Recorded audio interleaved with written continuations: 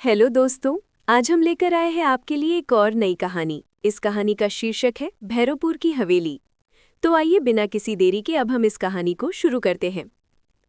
महाराष्ट्र के कोल्हापुर जिले के एक छोटे से कस्बे भैरोपुर के बाहर एक जर्जर हवेली खड़ी थी। कहते हैं कि उस हवेली से रात को अजीब आवाजें आती हैं, दीवारों पर खून के निशान दिखते हैं। लोग उसे भूतों का घर कहकर दूर से ही बचते थे। इस हवेली का इतिहास दो सगे भाइयों से जुड़ा था, रघुनाथ और विनायक। उनके पिता धर्मदास पाटिल इलाके के बड़े जमींदार थे। पूरे गांव में उनकी इज्जत थी। 2 बार गांव के सरपंच भी रह चुके थे। उनके पास 15 एकड़ उपजाऊ खेत, 2 कुएं, एक पक्की हवेली और सोने चांदी के पुराने गहनों का खजाना था। धर्मदास ने मरने से पहले सब कुछ दोनों बेटों में बराबर बांट दिया। रघुनाथ बड़ा भाई था, शांत, मेहनती और गांव वालों का सहारा। विनायक छोटा भाई था, लालची, जिद्दी और ऐशो आराम का दीवाना। रघुनाथ खेतीबाड़ी में रम गया।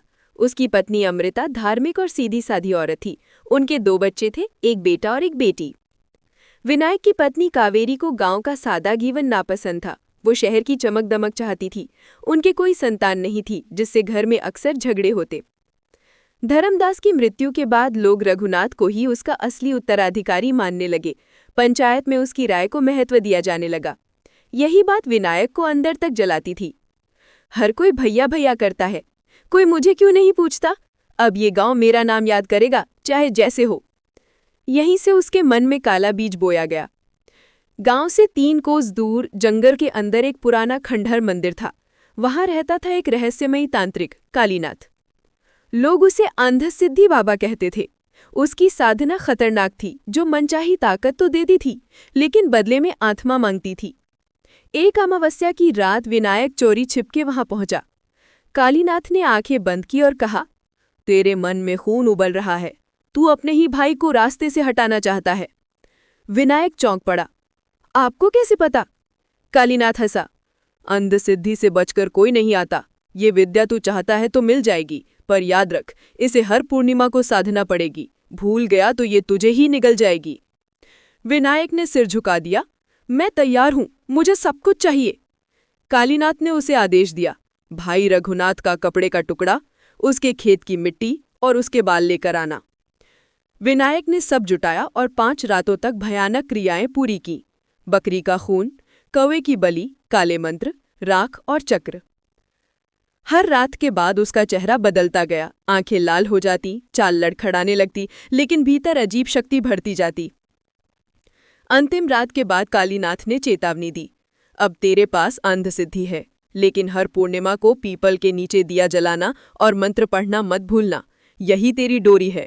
भूल गया तो ये विद्या तुझे ही खा जाएगी। कुछ ही दिनों में रघुनाथ बीमार पड़ गया। रात को वो चीखता, कोई मेरा गला दबा रहा है, कोई मेरे कान में बोल रहा है। वैद्य, पुजारी, डॉक्टर सब बुलाए गए, पर कोई इलाज काम न आया। धीरे धीरे वो हड्डियों का ढांचा बन गया और एक रात चुपचाप दम तोड़ दिया। रघुनाथ की चिता बुझते ही विनायक ने जमीन, हवेली और गहनों पर कब्जा कर लिया। अमृता और उसके बच्चों को घर से निकाल दिया। अब वो नई गाड़ियों में घूमता, सोने की चेन पहनता और शहर में ऐश करता। अब इस गांव का राजा मैं हूं, ताकत से राज करूंगा। समय बीता। शराब और ऐशो आराम में डूबे विनायक को याद ही नहीं रहा कि हर पूर्णिमा को पीपल के नीचे दिया जलाना है। धीरे धीरे हवेली बदलने लगी।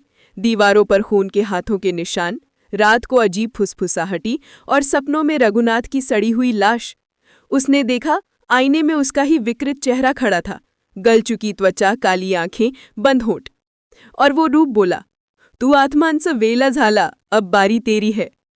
उस रात से विनायक का शरीर जलने लगा, पीठ पर खरोंचे उभर आईं, नौकर भाग गए, पत्नी कावेरी बीमार पड़कर अस्पताल में भर्ती हुई और प्रसव के समय ही मर गई। बच्चा भी 3 दिन में चल बसा। विनायक टूट चुका था। एक रात अंधेरे में भागते भागते वो कालीनाथ के पास पहुंचा। बाबा, मुझे बचा लो, मैंने गलती की। कालीनाथ ने आंखें बंद की और बोला, मैंने पहले ही कहा था, ये विद्या खेल नहीं है। अब मैं भी कुछ नहीं कर सकता। उस रात हवेली में भयानक चीखें गूंजती रहीं। सुबह जब गांव वालों ने दरवाजा तोड़ा, विनायक फांसे से लटका मिला। चेहरा नीला पड़ा था, आंखें खुली थी और मुंह से काली राख निकल रही थी। गांव वाले सहम गए। हवेली को उसी दिन से छोड़ दिया गया। जंगल में कालीनाथ ने आंखें मूंदी और देखा, विनायक की आत्मा काली लपटों में तड़प रही थी। वो बुदबुदाया, अंध सिद्धि फिर अपना हिस्सा ले गई। शक्ति हमेशा आत्मा की कीमत मांगती है। अगर आपको ये कहानी अच्छी लगी हो तो प्लीज़ इसे लाइक करके हमारा हौसला बढ़ाइए।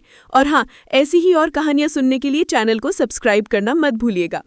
घंटी दबाइए ताकि अगली कहानी सीधे आप तक पहुँचे। तो मिलते हैं अगली कहानी में। धन्यवाद।